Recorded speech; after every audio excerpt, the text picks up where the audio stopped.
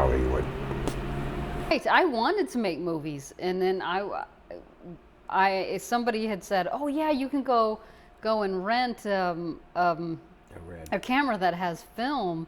You know, it's I don't even remember, like 30 millimeter or something. I don't even remember anymore. You know, it was like, "Oh, let's go rent this camera," and how much is it?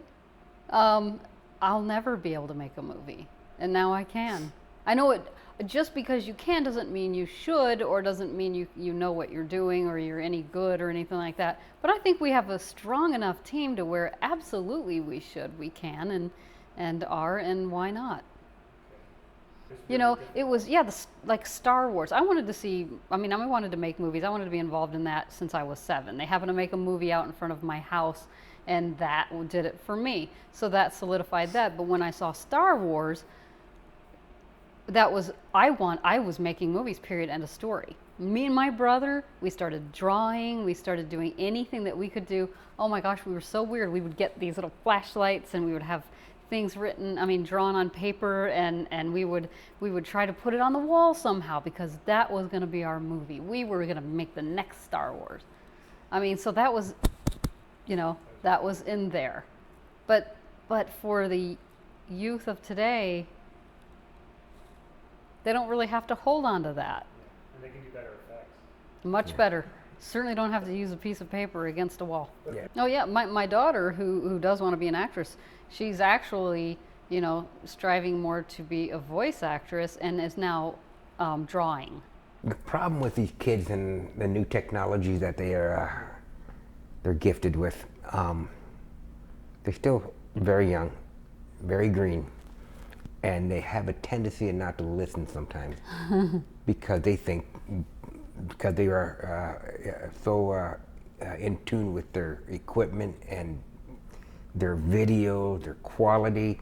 And some of it's very good, but sometimes when you need to direct them, they have a little difficult time sometimes, listening to you, for one, because they're still kids. And I'm talking to the ages of 18 to 25. That seemed to be the toughest age to crack them, However, when they get a little bit older, they wake up a little bit, and they got to listen to people who've been around the business for a while. And I know this one fellow who shot one of our films. He gotten so much better because he started listening, and his quality's gotten so much better as well. Matter of fact, he got a chance to travel the world as a documentary, just like what you do, and he did all the shoot behind the scenes with a group, and he said it was a great experience. He said, I learned a lot, and he's still a kid, and he still messes up here and there, but I have a great respect for him. But like I said, we weren't gifted with all this stuff, all this equipment. I'm talking to one of the guys we know about 5 years ago. His name is Don, and he used to tell us how he used to cut and paste film in, and he was telling me this, and I said, oh my God, that must took forever. He said, oh yeah, it took forever. And you look at somebody and say, well, we're gonna, just this weekend, we're gonna have the editors right there. Oh, we'll be on the couch, we'll be editing right then and there. I'm looking at Don's face, and he's, I said, oh boy, we come in leaps and bounds when it comes to with technology, and it's all good. It's because like I said, LA got LA, Phoenix got Phoenix, and if we get a good quality team, a good quality camera, you can shoot very, very nice stuff here, and you don't need to be in LA to do that. And like I said, the Canon 7D, they shot one of the episodes of Hugh, the doctor, crazy with the House. Yeah, they shot House. That was a while ago. Yeah, a while ago too, and they shot that with a 7D camera, and then nobody could tell the difference. And that's pretty incredible when you see something like that, where a 7D camera can just shoot as well as one of those big butt cameras you see down in in LA, and all they have the big trucks. Pretty soon you're not going to have the big trucks anymore. The big trucks are going to be a thing of the past. Those things lugging around, you can get these lights off. Only thing you got to do is like those dollies. That's what you need room for. But other than that, you can get that camera, put it in the back seat of an SUV, and shoot a film. And I just say it's great to see the technology go up, but like I said, as youngsters, they still got to learn. They have to learn the business. You know, you can shoot all you want, but sometimes they don't listen here. Sometimes, but I have zero patience when it comes to moving stuff around, and it'll drive me crazy. So let's put it this way: do the craft that you think you're the best at. It'd be stupid if I'm the sound guy because I can't hear. Hello, yeah, that sounds great. No, you can't do that. So, even though I got a credit, you know, on that, on the Love a la carte, I got a sound credit because you know why? Because I held a boom mic one scene and he gave me a credit for it. I went.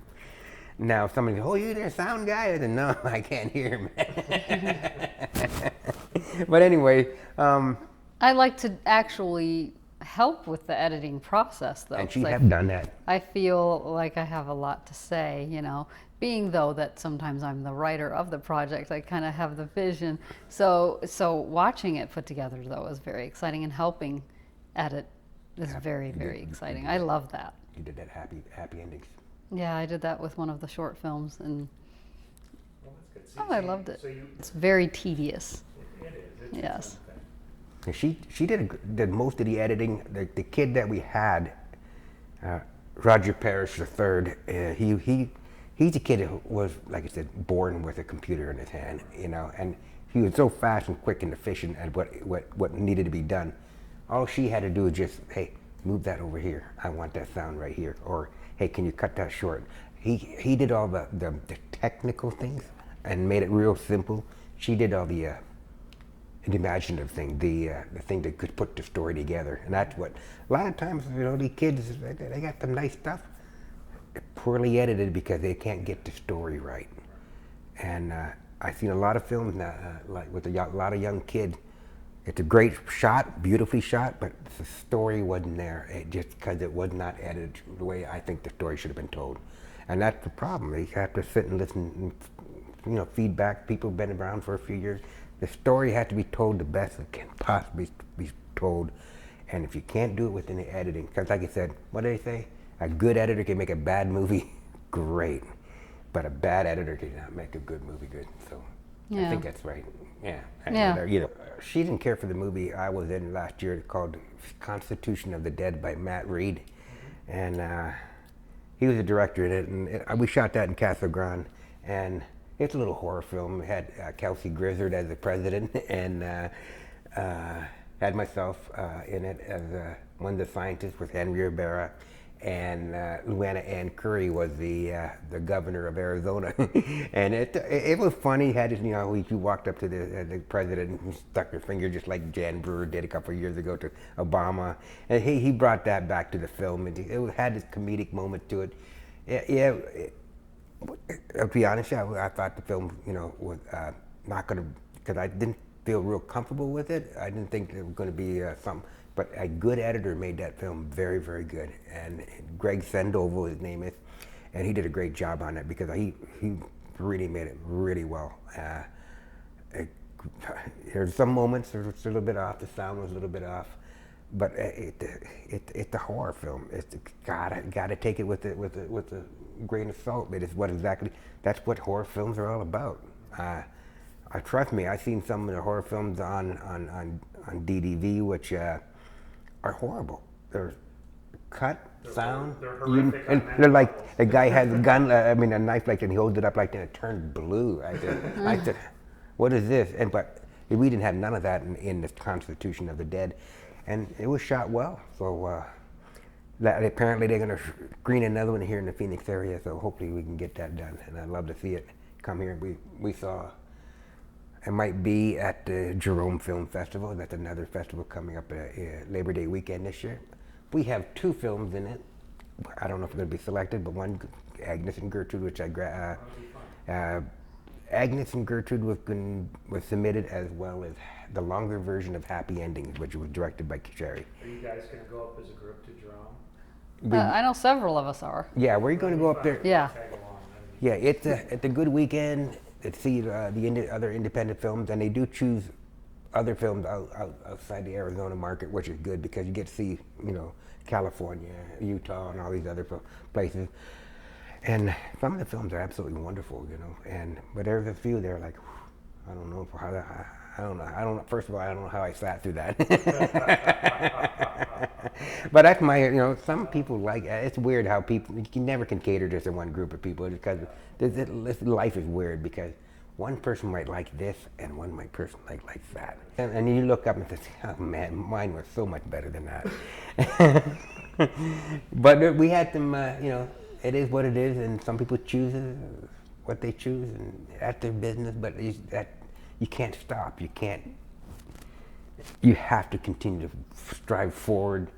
Send those short films to anything. We got to get smarter, and we got to do outside the box. We get to do in Arizona and stuff like that, and Prescott and stuff like we're thinking about that. That's nice, you know. We get these Arizona film festivals, but there's more than Arizona. Bill Weatherall film had a little horror film. Was it great? It's okay. It wasn't fabulous. It wasn't something that jumped off the page. The acting was pretty good in it.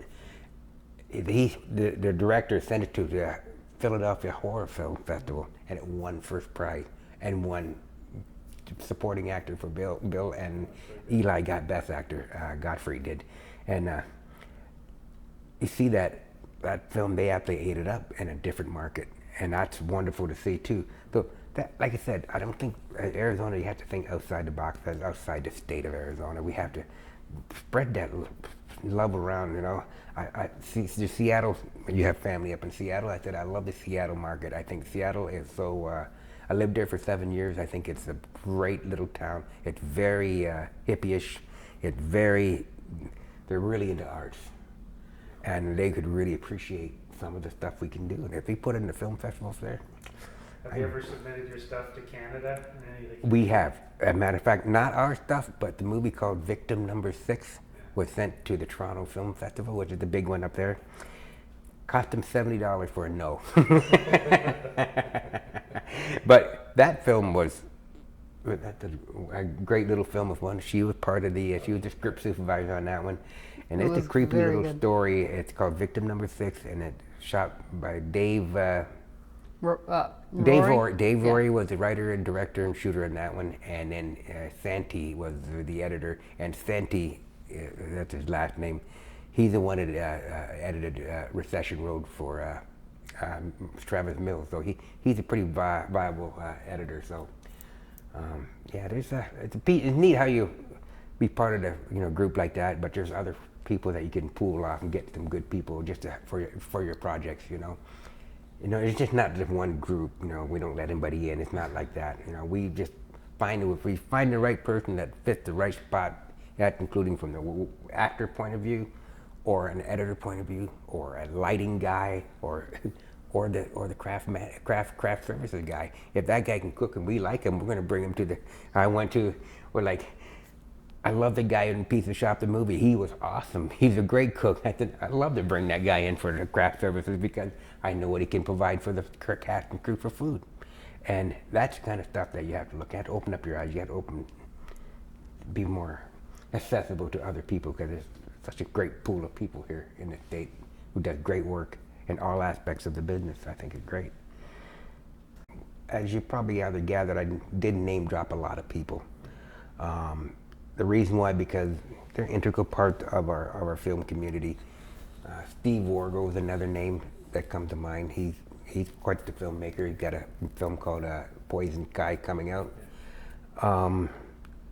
There's a lot of filmmakers out there that we like to, ask your opinions, whatever you have to do.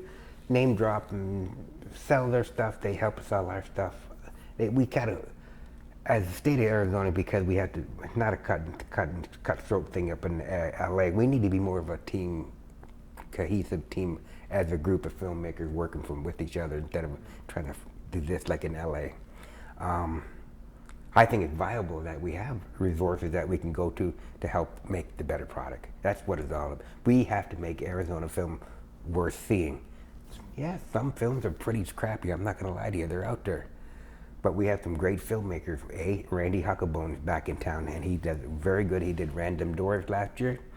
And Ben Jewell. Ben Jewell's another very, very interesting man. He's one of the best directors I've worked with because he gets what he wants from his crew and his cast, and he don't care two bit about LA.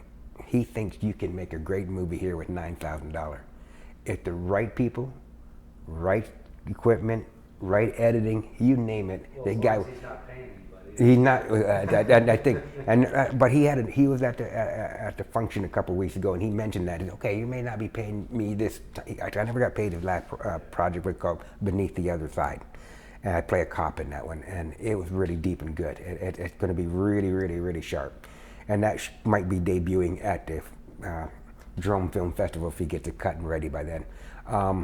But he said you may not get paid this time, but by golly, next time you'll have pay, because money does come up when people start to believe in your stuff. That's the key thing. Get people to believe in your stuff. Get yourself believing in yourself first. Gosh, well, I haven't really been at that point. I did a short film where I did pay a crew, we anyway, paid a crew. And I still don't have the edited project yet, and that was going to be for the, we were going to use that short film, so it ended up being like 12 minutes. And we paid a good chunk of money to get it shot and cut and everything like that, so that we could use it for our what are those things called, like Kickstarter or something, to fund the feature film, and because I want to always have money to give to people, you know. So darn, it didn't get completed. So I know what it feels like, but because I'm not asking people to work for free, you know. 5-minute short film's one thing, but feature film, you can't expect people to want to do that. We had to have contracts signed and ready for the next projects because, for one, You're taking this more seriously. Yeah, So that Oh yeah, you have to. Now that we know, we had to get our ducks in line for that, because I didn't think that this Dorito commercial was going to be that popular, but it turned out to be very, very popular, and everybody liked it. So when you get that kind of response from people, including the deaf community and everybody else, the TV stations in Tampa, Florida, and all that, I the shit, what happened if I did win this? What do we do with $1 million? And one of the deaf actors said, yeah, what happened if we won? He texted me or Facebooked me or something, and he said, what happened if we win $1 million? And I said, well, he said, do we split it? And I said, no. And I said, wow. I said, no, I'll make sure you get your actors cut for sure. It'd be well equitable. It'd be well worth your time for your 30 seconds that you were there. In this case, it would have been just the one check, unfortunately. But, you know, because I don't know, unless they do, well, we don't know the rules. If they had kept showing it, so that would be me and Gary, because we wrote it. Who photographed it? And Oculus Film. Oculus Films. And they don't. Yep. So it was all- For which are very talented and will go very far. And we're very glad to have And they to would have worked with them. They would get their $250 and they'll be happy. Their day rate. Yeah, yes, because they will be fine. They have many years ahead of them. Mike Ray is one of the coolest guys we have in the business. I don't want to work on a project if he he's is- not involved, honestly. Yeah, he is so energetic, so professional. You know, he's such a professional guy. He's a lot of fun. He tell it like it is too as well. I worked with him when he was freaking green. He was at the Collin College and he was greener than shit. I said, look, this guy didn't know what he was doing. He was going sideways. He didn't know. But boy, when I told him when I did the $500 funeral when he was on that set, and what he is today, what an incredible turnaround for this man. And I'm so proud of all of his effort. And he's been in a lot of good. He's been on Recession Roads. He's been on Durant Never Closes, I believe, and he's been on a lot of projects, and all of them mostly paid, and deservingly so, because the guy gives what he gives all it. He gives all of what it needs to get the project done. But he's a fun guy too. He's a real fun guy to get on the set too, because he's always talkative and energetic. And The energy. The energy. The energy that Mike Ray has is just astounding. Comes in a can. It, Powerball. good point. Good point. But I don't know. I don't know how he does it. But he can do anything. He's just so cool. And He's like 28 or something. yeah, he's Yeah. like Well, he's if like you're- 4 years old. yeah, Of course yeah. he has the energy. But I can be his grandfather. right? I know, it's scary. But I just want to work. I always want to work with it. I've told this, and he says, you're just full of crap. You're just saying that to me. And I'm like, no, I don't want to make anything if you're not there. I really do feel that way. But I know that I can't do that. I can't have you on everything.